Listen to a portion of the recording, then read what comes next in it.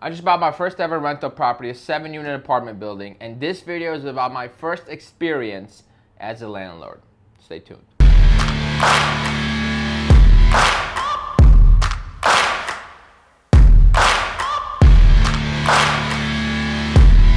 Hello there, ladies and gentlemen. I hope you're all having a fantastic day. If you don't know who I am, my name is Aram. I'm a real estate agent and now an investor, as you saw from the title. And in this video, we're going to talk about my first experiences, conversation I had with my tenants, etc. Everything to do with being a landlord.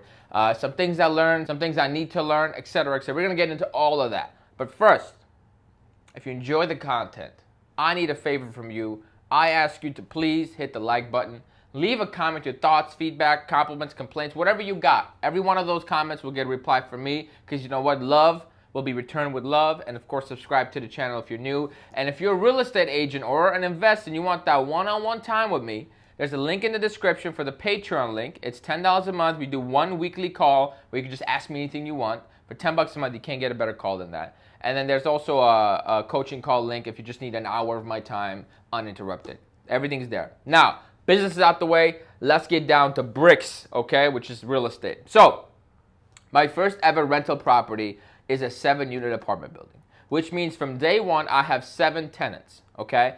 And there's a few things I've had to learn as a brand new landlord. Let's start with number one. I didn't realize the burning hatred that society had for landlords. I am a good person.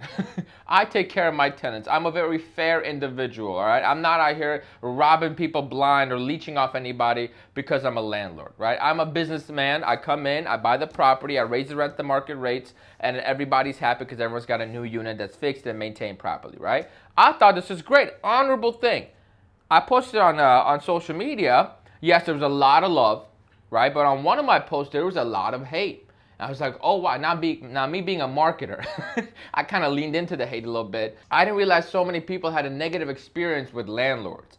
Now, I understand there's a lot of landlords who are maybe not as fair as me, not as nice as me, maybe are just ruthless and just straight business. You pay my rent or you leave. I'm sure there's a lot of landlords like that. But again, it's their property. Why would you hate somebody for something they would do with their property, right? Because this is America. You could go buy your own place or go find a different place to live. However, I understand that, but I also don't understand. I understand for 5% of the landlords out there, but I think most landlords are pretty fair. I think there are some slumlords out there who don't maintain their properties, and to those, I say you should be ashamed of yourself, right? A lot of people, however, are not professional landlords. They just do this like they have a property on the side. They're too busy working. They don't really have the money left over to make repairs and updates and, keep up with the property as time progresses. That's where new investors come in, buy the property, renovate it, raise the value, and raise the rents, right? So first experience as a landlord.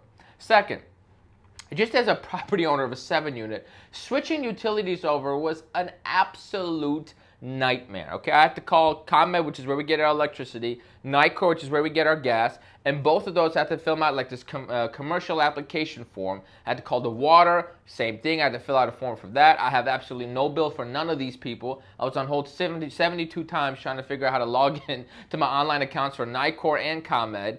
I reached out to the landscaper, I get that set up so at least till the end of the season everything's in motion. I called the garbage. I didn't realize that the garbage was not included in my property taxes. I have to pay for that separately. Surprise, surprise. I'm actually not that surprised. However, that's another $100 a month, right? No big deal, but more paperwork. I didn't realize there's going to be so much damn paperwork. Now, we got past that. That took me from Friday to Monday to get all that done because Friday business was over. I couldn't call a few people, yada, yada, yada. And Monday was finally the day I was going to reach out to my tenants because all weekend I was kind of procrastinating. It was just, I had to text 7 people, a paragraph of, here I am, the new landlord. What are your plans? Are we going to raise the rents? And I was a little bit nervous. I'm not going to lie. However, Monday I sat down in the morning. I'm like, all right, let's get this out the way. I have 7 tenants. I know 2 are moving, 5 plan to stay. And of the 5, 1 I had to give notice that they were leaving. So I reached out to all of them like, hey, what are your plans? When are you planning to be out? How long would you like to stay? And then, a lot of them asked me questions. I went and on Tuesday, I met with 2 people. Now I was tossing and turning what to charge for rent. And I was tossing and turning for what renovations to do. Because you can't just raise the rents for the same unit. That is not fair, right? So I came in one unit. It was 2 individuals. They were on fixed income. And as soon as they told me that, I was like, don't cave, Eric. Don't cave. You're a businessman. You got to have a heart, but you also can't be taken advantage of because I'm a nice guy. They could be telling me a sob story for all I know. Long story short, Here's how I decide to do my rents. All the existing tenants are going to get a $100 discount per month. And I'm not going to raise the rents for at least 2 years. At least 2 years. So the market rents right now are $1,250 for fully renovated units on that block. However, I'm only charging $1,150. The way I see it in my head, the less vacancy I have, the more money I save. And I want these tenants that have been here for 23 years to stay here another 23 years, another 10 years, etc.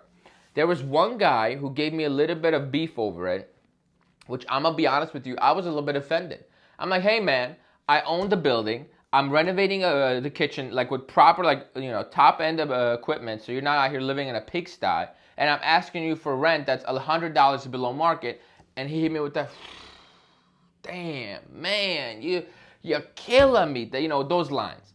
But I'm sitting here, I'm like, come on, leave, right? So I had one of those experiences, but I think honestly, ultimately, I think he will stay. The next thing I learned as a landlord is having to deal with everyone's, different, how to handle different type of people, right? I got one person that's not a problem, I got one person that might be a problem, and I got a person that's causing problems for everybody else. So I come in, I'm like, I want minimum headaches. So I'm removing one unit just because I've had a few complaints of them making it an unenjoyable living environment. So we got to get them, boom, out of here very quickly. And then furthermore, I'm learning that there was a lot of delayed maintenance in this building that I was never made aware of. Like plumbing issues, a lot of electrical issues. So I need to come in and fix it. And then finally, now I'm a landlord. The tenants are hitting me up with a lot of these mini fixes, like minor things. Hey, the handle on this is broken, or my window doesn't lock, or the light in my bathroom doesn't work anymore, which it has never worked, but we're fixing that right away. It's electrical issues. We can't have that happen. But as a first-time landlord, I'm learning a lot. And I'm loving the whole process. I'm actually excited for the first to come because that's when my rents are due. I'm super excited about that. I still haven't told all the tenants how to pay me. This is a mess. We're learning as we go. I'm going to make a lot of mistakes. But hopefully I do more right than I do wrong. And we will figure out a way to make this fair for everybody and for me to make money. What I can't decide is when I should refinance and who should get what type of discounts or what type of work to do. But that's all going to come into place once we figure out the figures, how much the kitchen costs, what's the labor going to be, should I paint these cabinets or should I replace these cabinets?